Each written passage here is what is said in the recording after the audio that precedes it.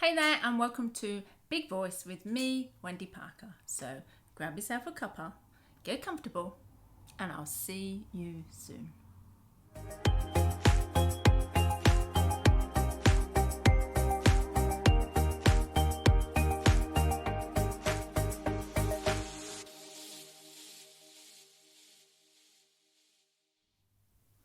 Wounded and on the run. So did you know that elks, the North American bull elk, has an amazing ability to cover many miles of rugged terrain when they're wounded?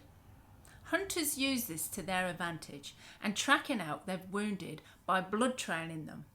And as the hunter follows the wounded elk, they can tell where the bullet or the arrow that they've shot or fired is in the animal, where it's penetrated the animal. And whether it's near the lung or the heart, this knowledge helps the hunter blood trail the elk, and so he can track it down.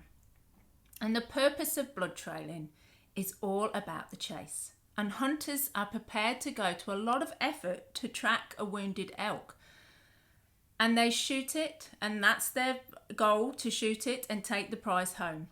And through studying this elk, the wounded elk, and its ability to run, and how the hunter tracks this majestic animal, I realised, like the elk, I have too been wounded by a hunter, which is Satan, and I've ran. And I ran for nearly 30 years. And I covered many miles of terrain, from the highest mounted peaks to the lowest valleys, all in them years. And I left a blood trail of brokenness behind me that Satan the hunter lined up his scope and kept reloading his weapon.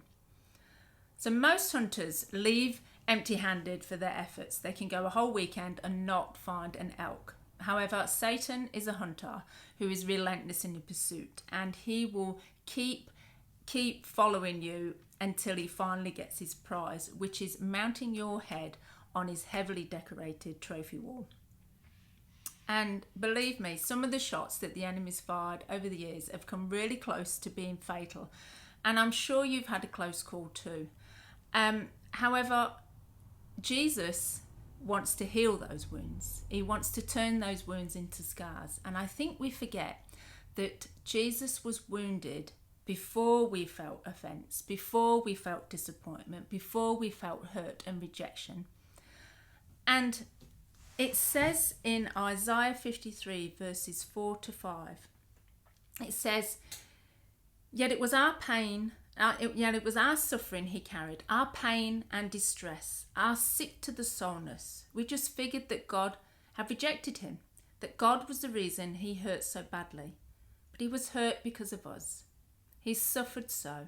Our wrongdoing wounded and crushed him. He endured the breaking that made us whole.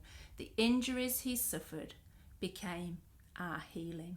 And I hope today that you will see that the wounds that Jesus suffered on the cross, all what he went through, he did it for you, so you could find the blood trail that Jesus left behind at the cross. And I'll see you next week.